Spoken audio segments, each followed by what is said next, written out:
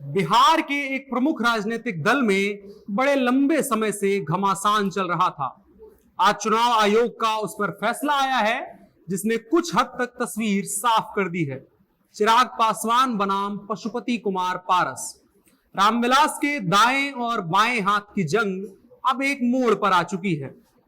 बड़ी खबर में इस पर बात करेंगे, लेकिन उससे पहले कुछ खबरें इन शॉर्ट। उससे पहले मेरा परिचय, मेरा नाम है अनुराग मिश्रा। आप जनता जंक्शन देख रहे हैं और ये है हमारा रोजनामचा जनता जंक्शन शो। सबसे पहले इन शॉर्ट में ये जानेंगे कि राहुल गांधी को ट्विटर पर बलात्कार पीड़िता से जुड़ी एक पहचान जाहिर करने के मामले में हाई कोर्ट ने राहत दी है। कोर्ट ने राहुल गांधी को नोटिस जारी करने से इनकार कर दिया है। गौरतलब हो, इसी के चलते राहुल गांधी का ट्विटर अकाउंट भी सस्पेंड किया गया था। इसके अलावा उत्तर प्रदेश के लखीमपुर खीरी में हुई हिंसा के मृतकों की पोस्टमार्टम रिपोर्ट आ गई है और जो लगातार बात की जा रही थी कि वहां पर गोली चली है और उससे किसी की मौत हुई है, तो पोस्टमार्टम रिपोर्ट में ऐसी कोई भी चीज सामने नहीं आई है। इसी के साथ कल फेसबुक, इंस्टाग्राम और व्हाट्सएप लगभग 6 घंटे तक बंद रहे, जिसके चलते तगड़ी हाय तौबा मच गई थी। फिर सुबह 4 बजे के आसपास इसकी सुविधा दोबारा चालू हुई। असुविधा के लिए मार्क जकरबर्ग ने माफी मांगी है। उन्होंने कहा यह आउटरीच एक इंटरनल डोमेन में इंटरनल रूटिंग की गलती के कारण हुआ था और इतनी देर ये सारे प्लेटफॉर्म बंद रहने के कारण इनके मालिक मार्क जकरबर्ग को तकरीबन 52 करोड़ रुपए का घाटा हुआ है और वो अरबपतियों की लिस्ट में एक पायदान नीचे लुढ़क गए हैं। साथ में ये खबर भारत और श्रीलंका के बिगड़े हुए रिश्तों की सुधरने की सुगबुगाहट से। भारत के विदेश सचिव हर्षवर्धन श्रृंगला और श्रीलंका के प्रधानमंत्री महिंद्रा राजपक्षे की मुलाकात हुई। इस दौरान संकट में फंसी श्रीलंका को भारत ने मदद करने का वादा दिया और कोलंबो में भारत की मदद से तैयार हो रही 4 विकास परियोजनाओं का मसौदा भी सौंपा गया है। खैर, अब बढ़ चलते हैं बड़ी खबर की तरफ। तमाम खबरों के बीच एक ऐसी खबर जिसने काफी लंबी चली आ रही 2 राजनीतिक शक्तियों के बीच की तकरार को अल्प विराम दे दिया है। जी, हम बात कर रहे हैं रामविलास पासवान के बेटे चिराग पासवान और रामविलास पासवान के भाई पशुपति कुमार पारस के बीच तनातनी पर लगे चुनाव आयोग के अल्प विराम की। जब तक लोक जनशक्ति पार्टी के मुखिया रामविलास पासवान जीवित थे तब तक चीजें ठीक थी और रामविलास पासवान राजनीतिक रूप से भी अपने मौसम विज्ञानी होने का भरपूर इस्तेमाल करते हुए राष्ट्रीय राजनीति के साथ साथ बिहार की राजनीति का समीकरण भी अच्छे से साधे हुए थे। लेकिन गए साल उनकी मौत के बाद मामला बिगड़ गया। रामविलास पासवान जब जीवित थे तब वो शानदार तरीके से दोनों के समीकरण को साधे हुए थे। पशुपति कुमार पारस को बिहार लोजपा का अध्यक्ष बनाया था और चिराग पासवान को राष्ट्रीय अध्यक्ष, और खुद केंद्र की भाजपा सरकार में मंत्री थे। लेकिन रामविलास पासवान की मौत हुई और उसके बाद पशुपति कुमार पारस का लोभ जाग गया और जून महीने में पशुपति कुमार पारस ने लोक जनशक्ति पार्टी के अध्यक्ष पद के लिए दावा ठोक दिया। चिराग पासवान लगातार कहते रहे कि पार्टी मेरी है, मैं राष्ट्रीय अध्यक्ष था, हूं और रहूंगा। लेकिन कहानी बदल चुकी थी। पार्टी में चिराग को छोड़कर बाकी सभी सांसद पशुपति कुमार पारस के साथ चले गए थे। चिराग पशुपति पारस को चाचा चाचा कहते रहे और चाचा ने खेल कर दिया था। 18 जून को पशुपति पारस निर्विरोध लोक जनशक्ति पार्टी के अध्यक्ष बनने के लिए तैयार थे, लेकिन असली खेल होना अभी बाकी था। पशुपति कुमार पारस सांसदों के भरोसे संसदीय दल के नेता तो बन सकते थे, लेकिन अध्यक्ष बनने के लिए पार्टी की कमेटी के लोगों का भी साथ चाहिए था और मामला यही बिगड़ गया था।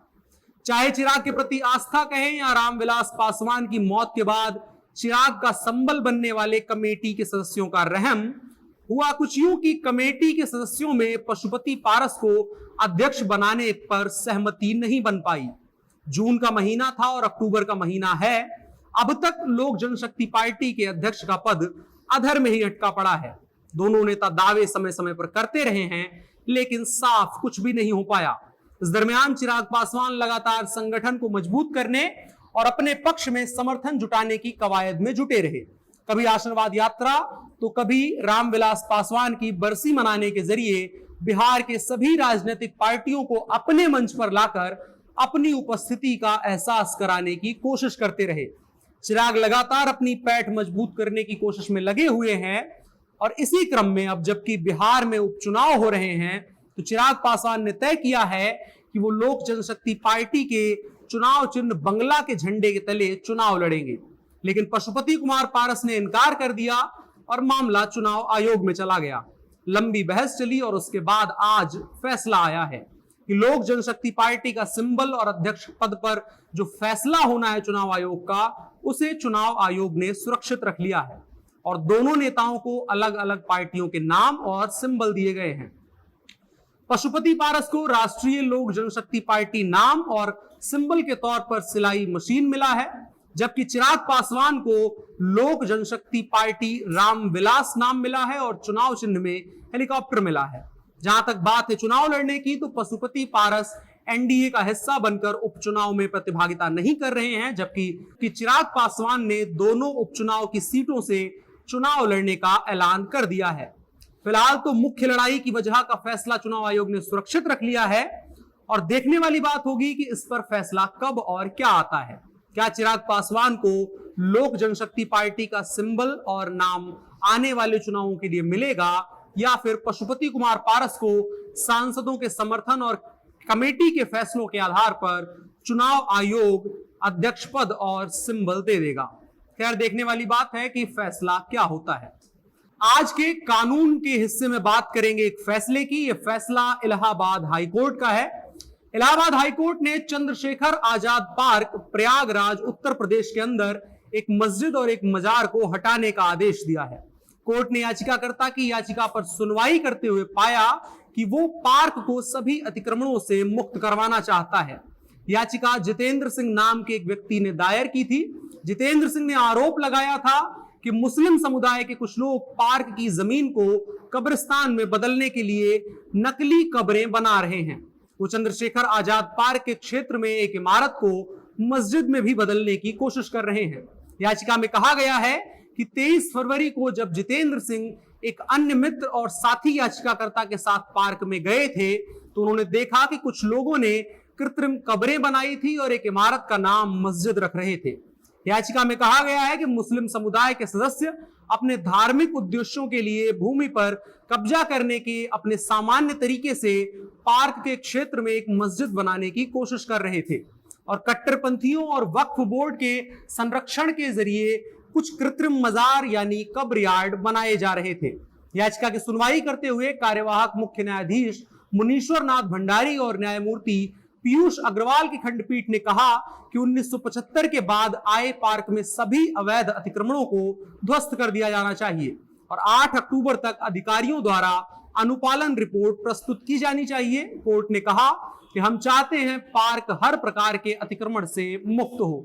इसकी समस्त जानकारियां कानूनी मामलों की रिपोर्ट करने वाली वेबसाइट बार एंड बेंच पर उपलब्ध है। आखिरी में एक नसीहत, आज भगवती चरण वर्मा जी की पुण्यतिथि है, उनको नमन।